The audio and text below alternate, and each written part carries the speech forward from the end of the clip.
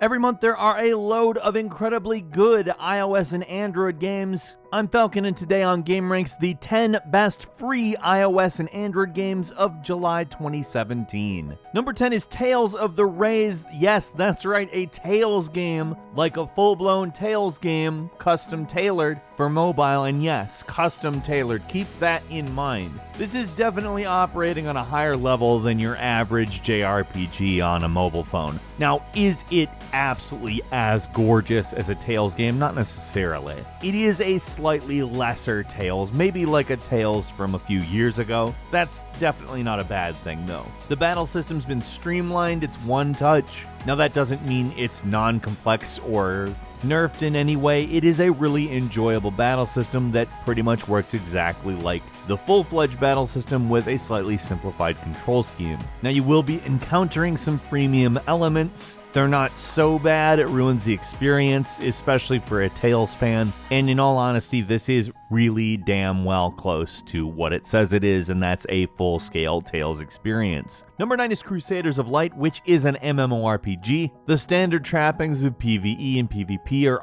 all here. Now, I'm gonna go ahead and say I'm kind of saying that this should be something you play based on potential. It's not fully there yet. But an MMORPG, as you know, is always a work in progress, and this game is pretty much as close to AAA MMORPG you're gonna get on mobile.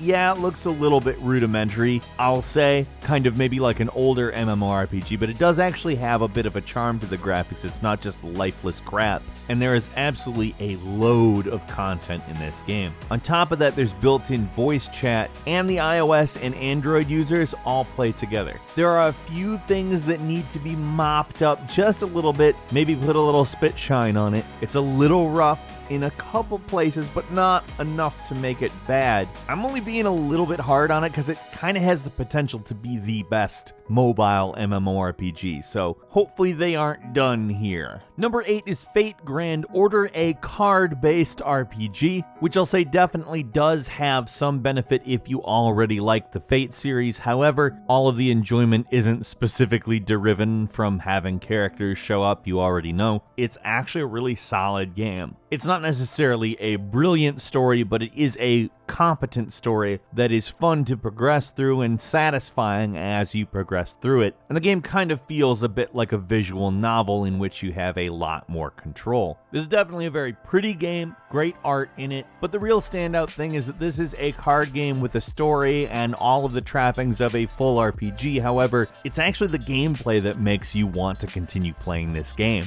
In a lot of RPGs, the gameplay is often not the highlight, it's the story. However, this is definitely the other way around. This will addict you. It is a fun as hell card-based battler. Number 7 is Grand Prix Story 2, which is kind of like the cutesy version of the racing team management simulator. Don't be fooled by the looks though. This is an in-depth simulator that is a hell of a lot of fun. Now, I'll say the difference between this type of simulator and maybe a more realistic one is like the difference between computer SimCity and Super Nintendo SimCity. There's a lot more charm in this version, and it's a little less restricted by realistic things. However, the simulation aspect is in depth. If you're interested in the team building elements of simulation, this is particularly something that should be of interest to you. There's just something to being able to put together a team that wins. It's really satisfying and a hell of a lot of fun.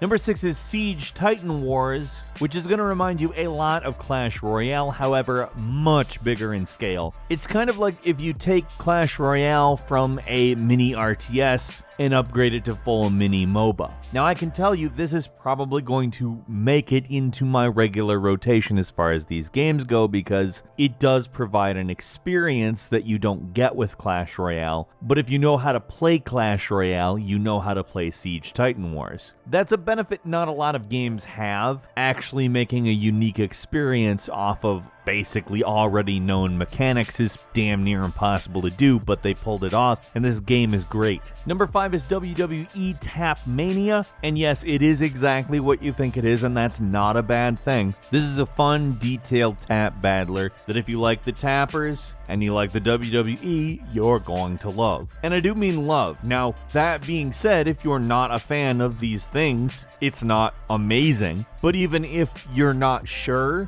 I would recommend giving it a try. Yes, at times you may find it stupid, but it's going to end up satisfying you. It's one of those games that I don't know how it does it, but it's always keeping you on a line of progression that always feels satisfying. Say what you will about tappers, but not a lot of games can do that, period. So give it a shot. Number 4 is Valerian City of Alpha, which the game is a lot better than the movie. The movie was a big disappointment. The game, however, is a city management simulation based around the massive space station. And if you can kind of imagine a strategy game in which you don't really actually fight, that's basically what this is. It's a management simulation of basically space and space-related activities. And if you're looking for something that has a lot of battles in it, this is maybe not the way to go. But if you are looking towards the city management type stuff, this is exactly what you want. Number 3 is Mini DAYZ, which is the official pixel art top-down version of DAYZ, and it's better than DAYZ. I don't know if you're going to believe me on that or if you're going to agree with me on that, but I enjoy this a hell of a lot more than I enjoyed DAYZ. It's a randomly generated map. You scrounge, you craft, you scavenge for ammo and food and supplies. And I don't know, there's just something about doing it in a top-down pixel art version that makes it better. I know there's gonna be somebody who's like, no, and that's fine. That's your taste and everything, but I have to say, if you are open to this, I think you may end up liking it better. I can't say for sure. I think DayZ fans will automatically like it, and I think that DayZ fans and vintage retro style gamers are going to love it. Number 2 is Leap On,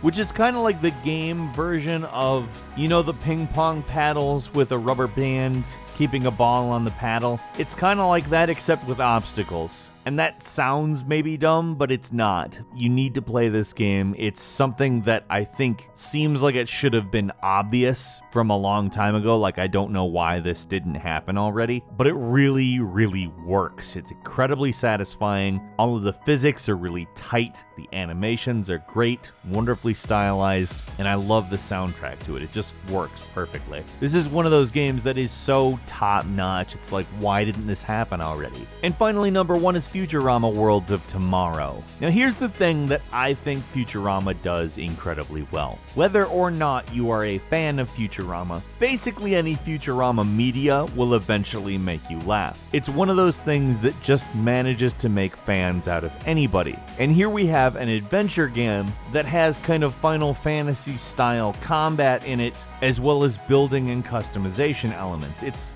really kind of a big hybrid game that tells an original story that, yes, was written by the Futurama writers and voiced by the voices. And honestly, I think this game brings the charm in a way that I think the Family Guy version of this game really didn't. And I feel like this is more fun and there's more reason to play it. It's good stuff. I highly recommend it. Which one was your favorite game this month? Leave a comment. If you like this video, do us a big favor and click like. And if you're not subscribed, now would be a great time to do so. We upload brand new videos every day of the week, and the best way to see them first is, of course, a subscription.